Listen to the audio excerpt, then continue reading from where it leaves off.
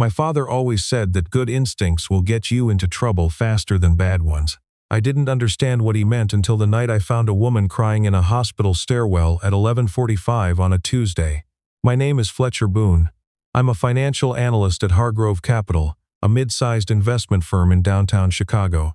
I've worked there for 6 years, long enough to know which elevator to avoid and which coffee machine actually works.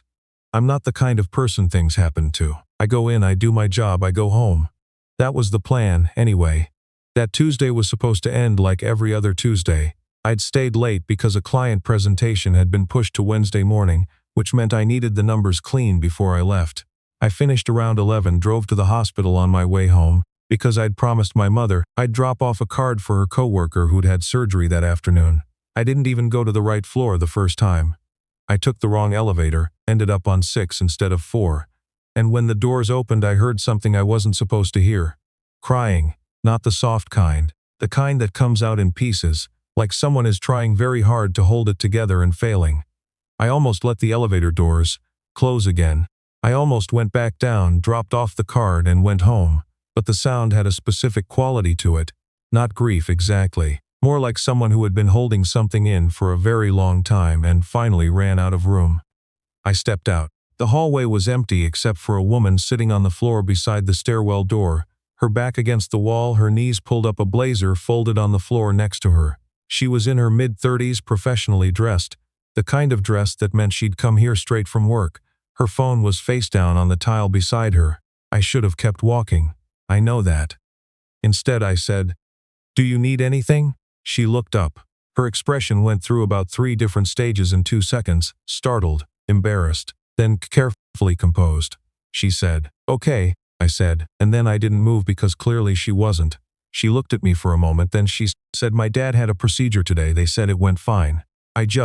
She stopped.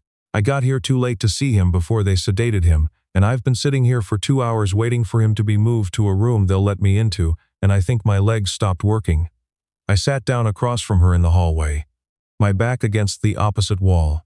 She looked at me like I'd done something strange. "What are you doing?" she said. "Waiting with you," I said. "Unless you'd rather I didn't." She didn't say anything for a moment. Then she said, "I'm Delia Fletcher," I said. We sat there in that hallway for the better part of an hour. She told me her father had been having cardiac episodes for months and that he'd been stubborn about getting them looked at. She told me she'd been in a meeting when the hospital called and that she'd driven 40 minutes through rush hour traffic, telling herself everything was fine the whole way there. She told me he was the kind of man who still called her every Sunday morning, even though she was 34 years old and had been living across the country from him for years, and that when she'd finally gotten to his room and seen him with all the wires and the monitors, she'd told him she'd be right back, and then walked to the nearest stairwell and sat down. I didn't say much. I didn't feel like it was my place to. I asked a few questions, the kind where the answer doesn't matter as much as the fact that someone is listening. Around 1 in the morning, a nurse came through the corridor and told her the room was ready. Delia stood up. She picked up her blazer. She looked at me with an expression I didn't know how to read and said, "Thank you. I don't know why you did that, but thank you." "I hope your dad feels better," I said. She nodded and walked through the door. I found the right floor, left the card at the nurse's station, and drove home. I thought about her once, maybe twice, over the next few days. Then I stopped thinking about her, because there was no reason to. I found out she was the daughter of the man who ran our firm 8 days later. The way it happened was mundane in a way I still find strange. We had an all-hands meeting that Wednesday, which was unusual. Hargrove Capital's all-hands meetings happened twice a year, and we were not near either of those dates. When I walked in and saw the configuration of the room, I understood that something had shifted.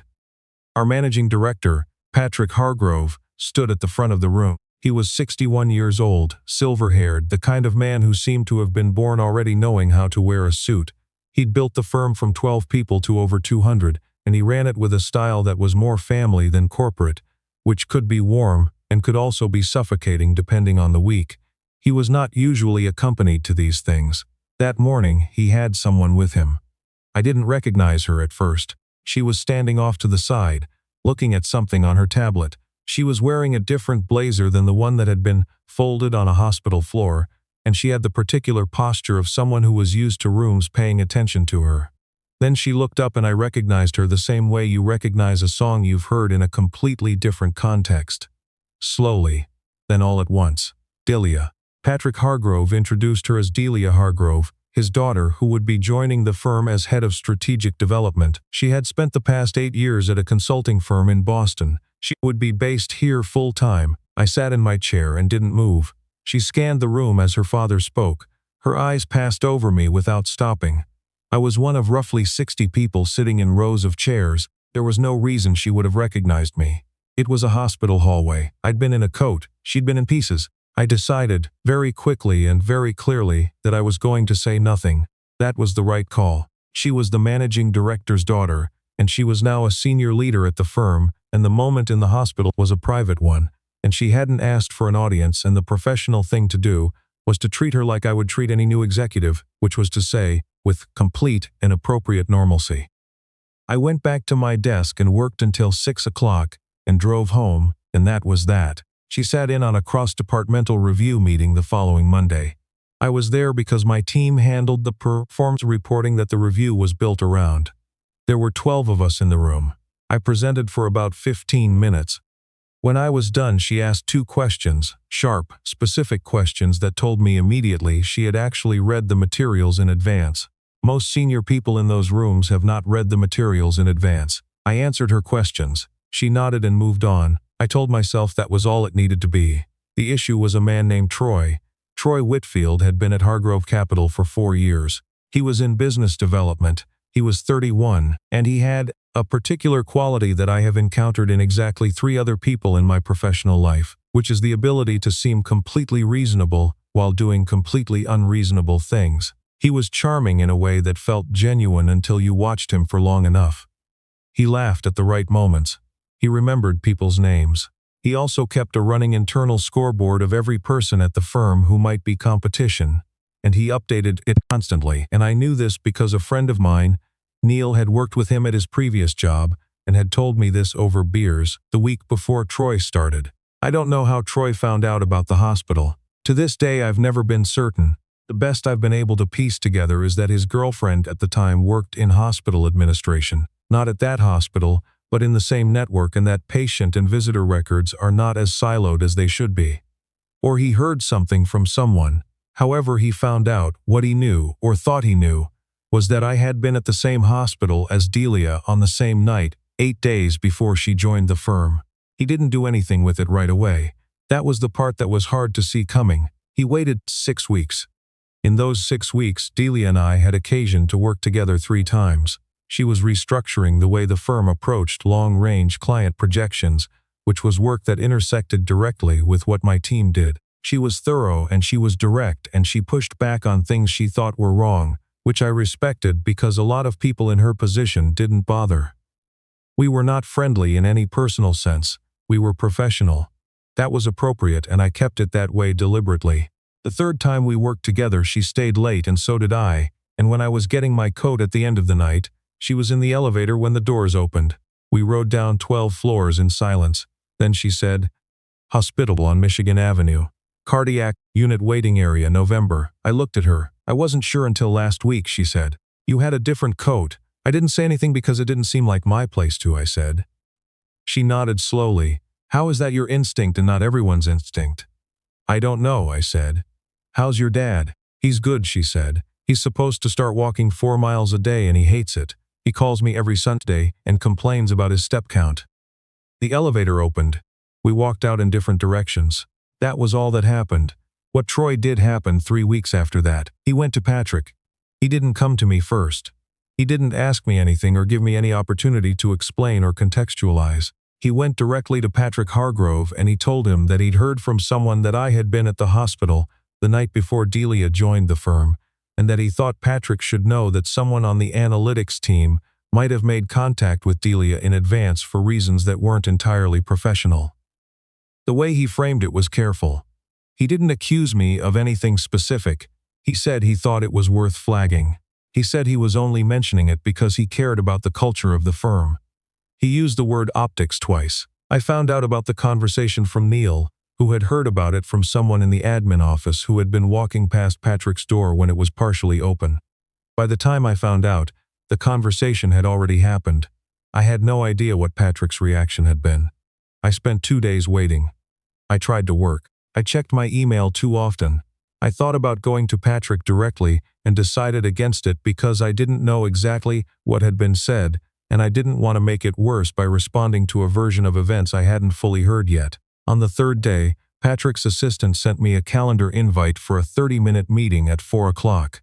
I've sat in a lot of difficult meetings. This one was different because I genuinely didn't know which direction it was going to go. Patrick was fair, but he was also a father, and those two things don't always point in the same direction when someone brings you a story about your daughter. I walked in.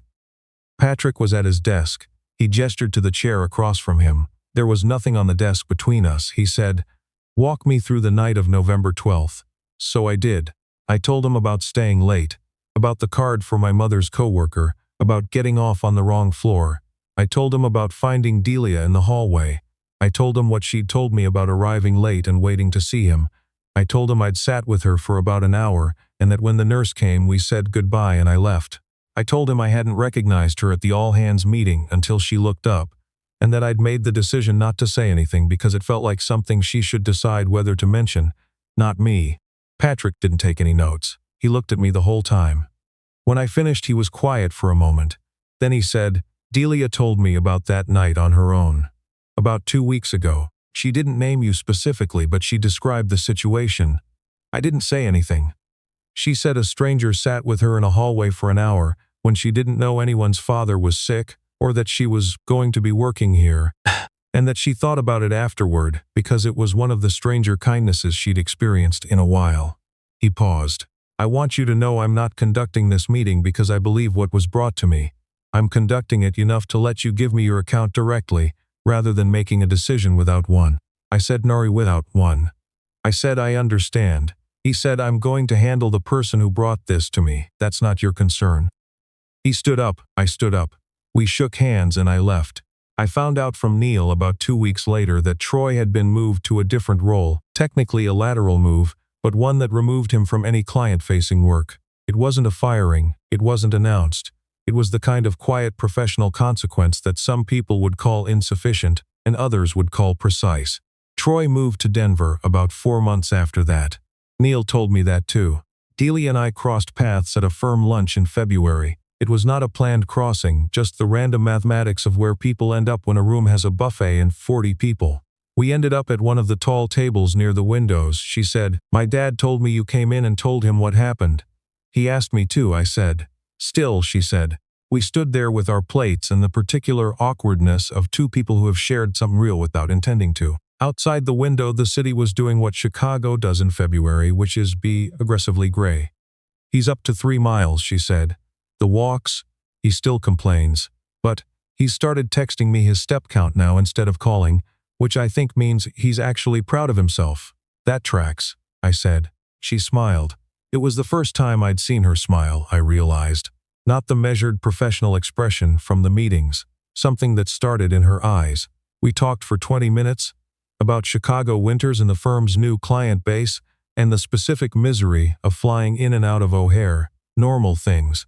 The kind of things that are not interesting on their own, but feel interesting when you're paying attention to the person saying them. After that, we ate lunch together on purpose. Not every day, maybe once a week, then twice. Then she started sending me articles about things we'd been talking about, which I reciprocated, which is not a grand gesture but is a kind of sustained attention that I don't take lightly. In March, she asked if I wanted to have dinner, not a work dinner. Dinner, I said yes. We went to a place in Logan Square that she'd been meaning to try. Small room, good pasta, the kind of restaurant that doesn't take reservations and has a line out the door by 6:30, but if you get there at 5:45 you're fine. We got there at 5:45. We were there for 3 hours. I drove her home and she didn't invite me in, and I didn't expect her to, and when I got back to my apartment, I sat in my car in the parking garage for a while because I wasn't ready for the night to be over yet. Patrick found out we were seeing each other the same way. He found out most things, which is by paying attention. He didn't say anything to me about it directly for a long time. When he finally did, it was brief. He came by my desk one afternoon and said, I want you to know the door's always open if anything comes up that you want to talk through. And I said I appreciated that, and he nodded and left. I think what he meant was, I trust you. I think he might also have meant, I've been watching you long enough to know who you are. And I think he might also have just meant, she's my daughter and she seems happy, and that matters more to me than the protocols. Delia told me about that conversation later. She said she'd asked him directly whether it was a problem. He'd said not if you're both smart about it, and you're both smart. She'd said, that's the most Patrick Hargrove thing you've ever said. He'd laughed. It's been 8 months since that dinner in Logan Square. We're still taking it slowly, which suits both of us. She's in a new city building something from scratch, and I've spent enough years moving fast on the wrong things to appreciate the value of not rushing the right ones. What I keep coming back to is the accidental nature of all of it. The wrong elevator, the noise in the stairwell, the instinct to sit down instead of walk away. None of it was a plan. None of it was calculated.